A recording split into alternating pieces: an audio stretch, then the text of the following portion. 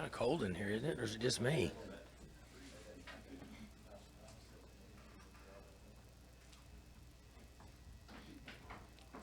You guys rolling up there? You guys good? Okay, so back at it. My post-game conference was pretty accurate. I've been 3 weeks in a row there on games without watching tape. So, as always, got everybody back together on Sunday and had a good workout last night, and then day off today and working on Kansas to get ready to roll for the next one.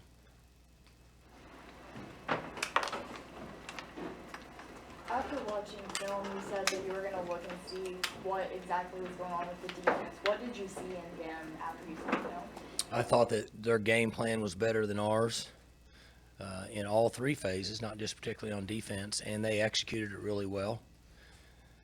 Then we got out of place late third quarter when we couldn't function on offense, turn the ball over, so on and so forth, and then it just kind of snowballed late. Mike, you know how to read your team. You got a question last week about you can tell when they're focused and when they're not.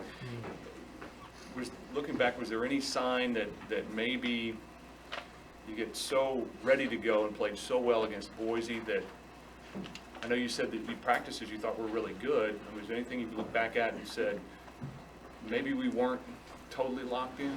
You know, I'd like to say there was. They had better coaching schemes than we did. So it starts with the coaches, and if they have, well, let's just say we're playing poker, and you get a couple of aces to start with, and I get a 3 and a 4. Well, the aces were the coaching schemes that they had compared to ours, and their plans were better. Then they executed better than we did, but it started with the original hand. Unfortunately, we can't fold. We have to play it. But there's been a lot of times over the last 14 years that it's worked that way for us, but it didn't work that way Saturday. They did a better job with their schemes and concepts, and so their players executed them better than ours. We practiced just fine. I just don't.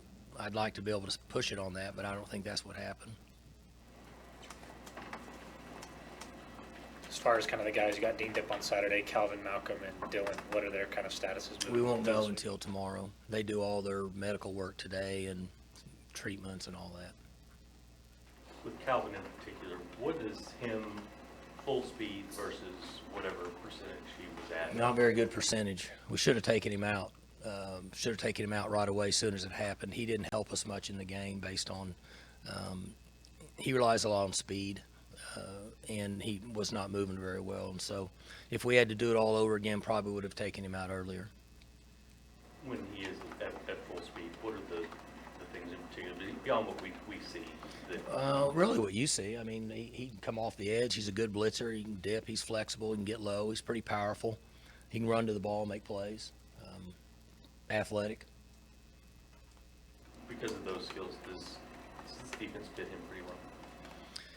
I think so. I told you guys that we'll know a lot about our defense once we start getting in conference play and find out where he fits and what his role is and a lot of different things. And we saw a little more of what we'll see the majority time in conference play last Saturday.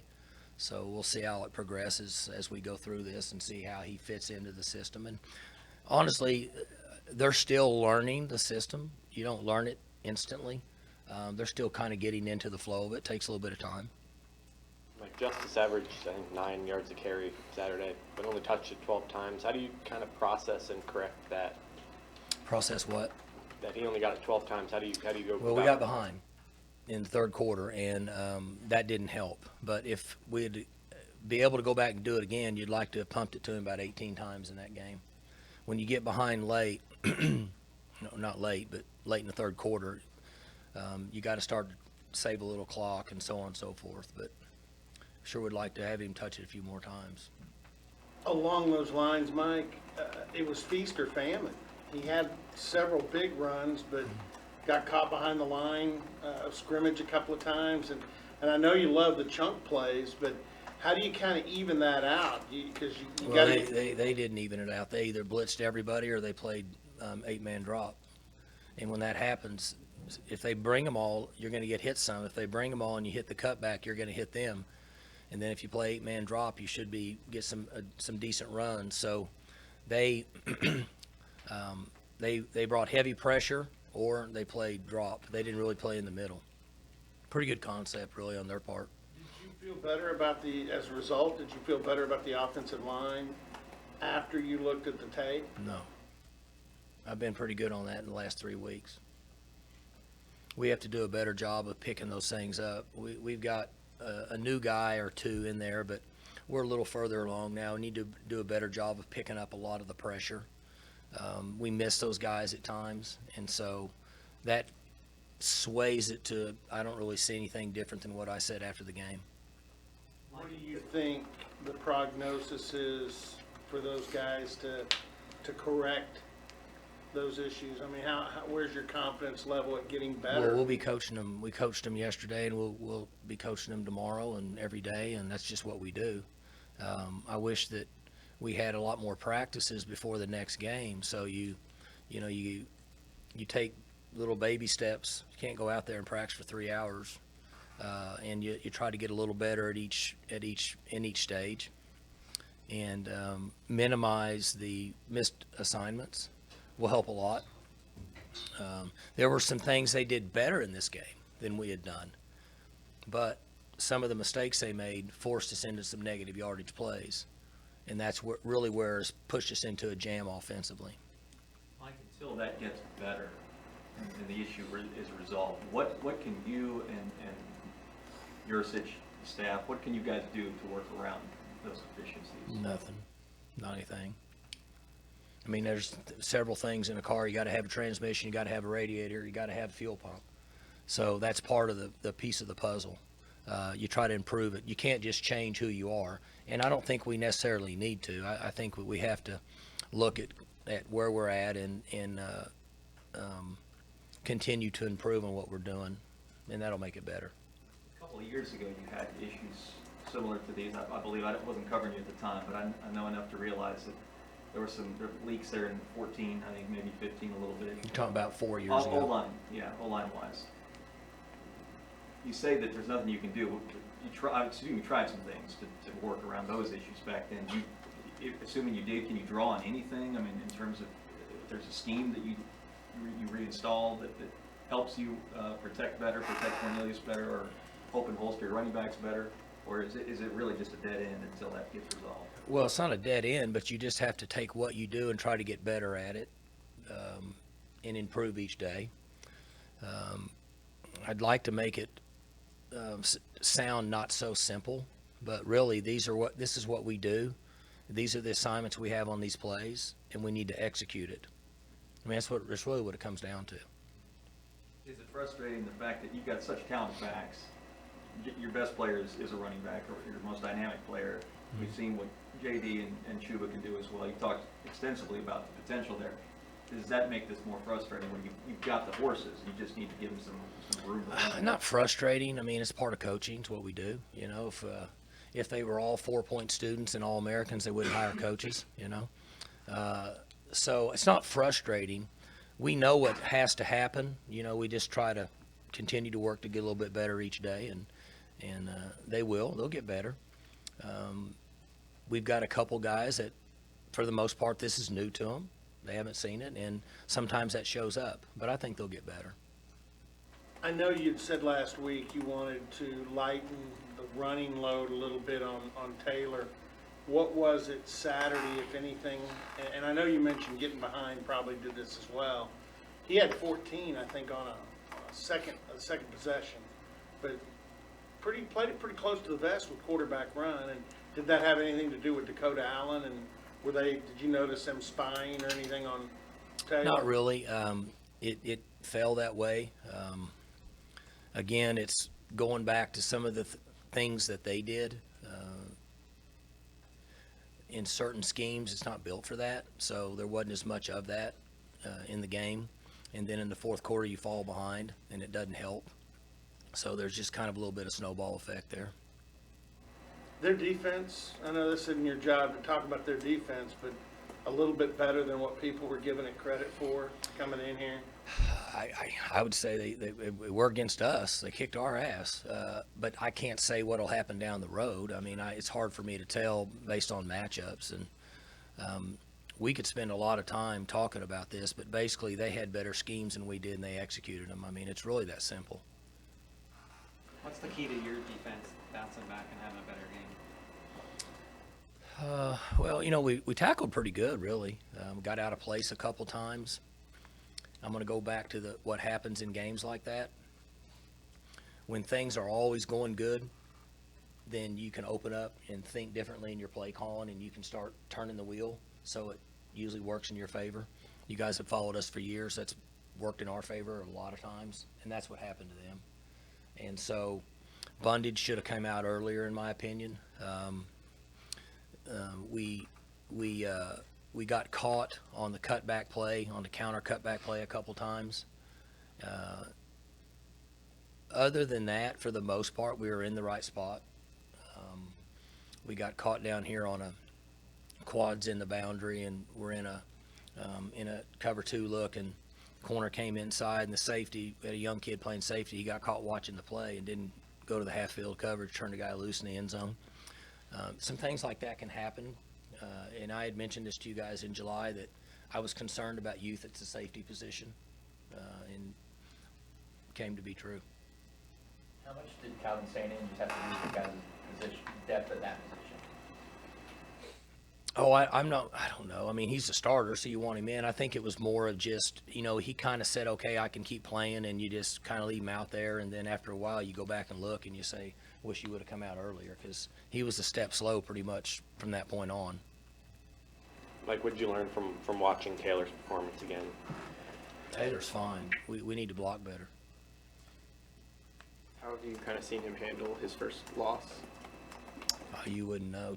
You wouldn't know whether we lost or won. He's the same all the time. Mike, could you roll him a little bit? Maybe if the pocket's not going to be as clean with the blocking issue, get him outside the pocket. That's not really what we do. There's a little more to that than it just looks. You know, I think one thing you have to be careful of is you try to put new schemes in. You can just. I've done that before in my career, and then came in at halftime of the game and said, this stinks. I'm going back to what we do. Really doesn't work that way, but you could, but that's not what we do. You don't want to run him anymore. I mean, Well, we want to run him some, but we don't want to make a living doing it. Yeah, I mean, I just worry about those guys getting hit. You know, just traditionally look at the quarterbacks in this league over the last 6 or 8 years. So I worry about that a little bit. If I knew he wasn't going to get hurt, I'd be all for it. How difficult is it to adjust this year's season's team's offense compared to what you've been able to do the last couple of years? Is it difficult? Well, I mean, we're doing the same stuff. I mean, you watch us, we look the same. It's just you obviously don't have the one thing. Well, there's two things that look different. Obviously, James Washington not running down the field and throwing it up, and him accelerating under the ball. Nobody in the country had that. And then Aitman was a dangerous threat backside. So we've got guys that are making plays out there, but they're not going to fall into the NFL category at this particular time. They're not that far along. Do I think they will? Sure, but there's still some youth there and inexperience. So, like any other year, I mean, just try to play to our strengths. And I wish Five would have touched the ball more. But I wish we wouldn't have dropped a few passes and dropped a punt too. And that's really what it comes down to.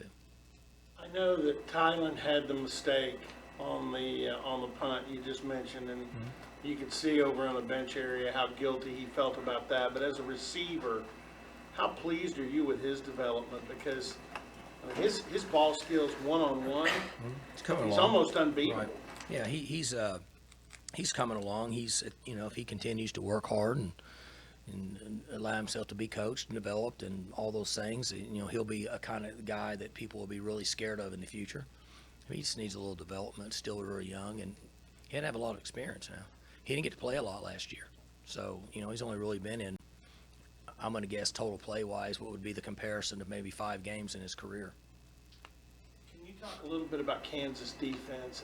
And Clint Bowen has been in this league toiling away at his alma mater about as long as you have, and doesn't always get a lot of credit for it, but he seems to me to be a pretty sharp Yeah, doing a good defensive job, coach.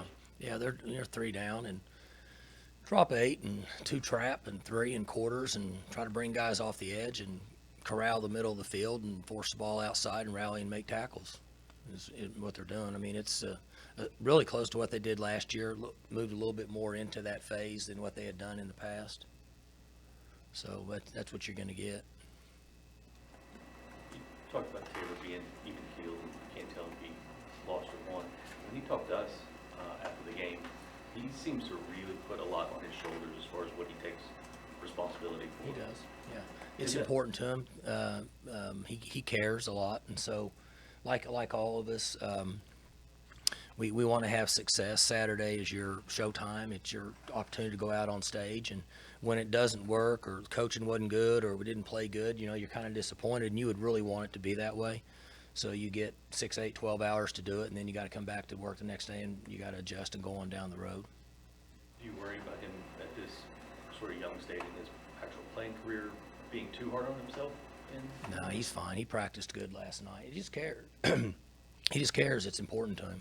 I'm not concerned with that at all with him.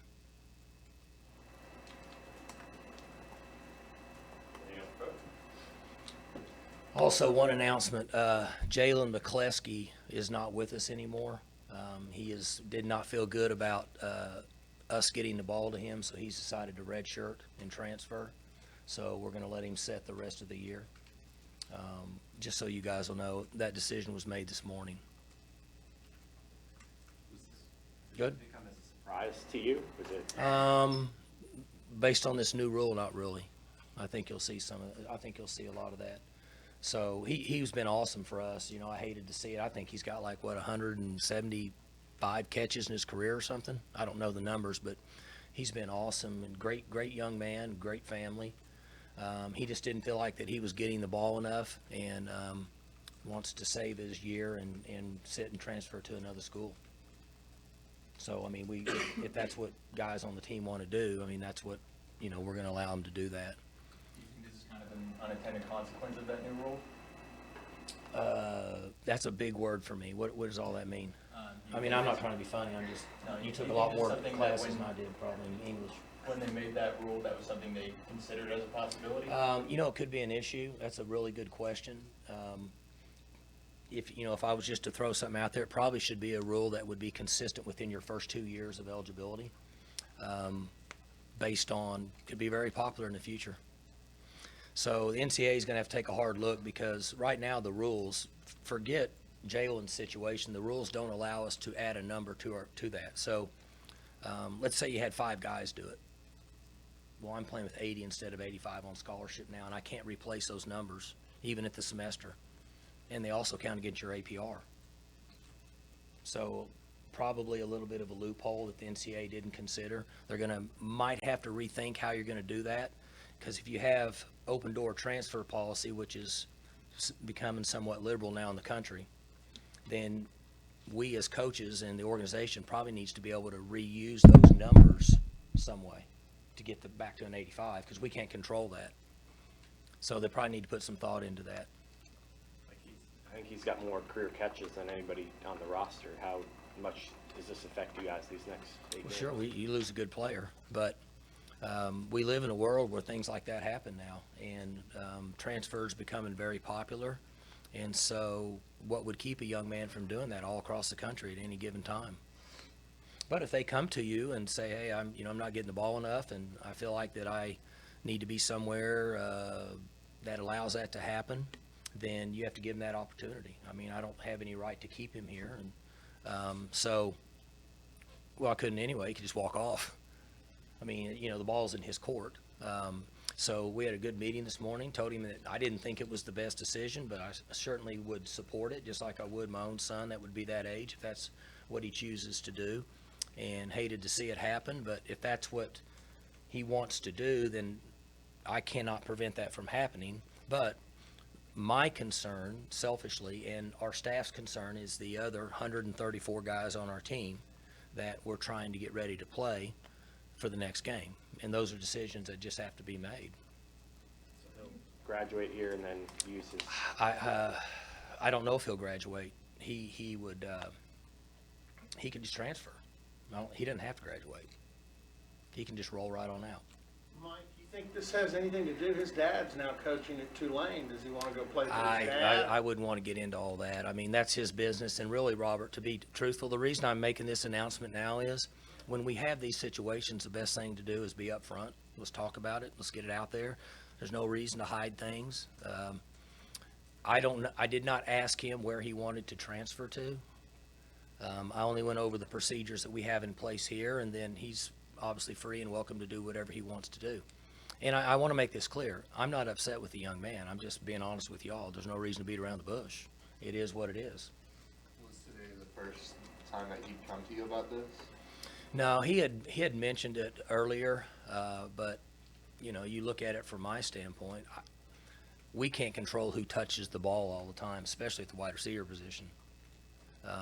You know, and this is a little bit of exaggeration, but like, did y'all watch it? I saw the very end of the Patriots game last night. Did y'all see what they did to Gronk? What the coach at Detroit, I had two guys up on him. Two guys stood over the top of him on third down and just basically said, "You're not getting the ball." And so sometimes, depending on what defenses do, like last year, there was people that could take James Washington away based on what they did. So other people get the ball, and when that happens, we can't control that. And we're certainly not going to tell our quarterback, "We want you to throw to this guy," for certain reasons. And he didn't ask us to do that, but that's what you would be doing. We're not going to do that. Offense is one guy gets the ball and 10 unselfish guys have to go play their ass off. It's the way offensive football is. Did it surprise you when you first heard of this, just because of how No. productive he's been throughout his Well, career? it surprised me because of his career. He's a name guy, all that. But this new rule with how liberal it is to just get up and walk out is gonna start to show whatever side of an ugly face it has in the future, in my opinion.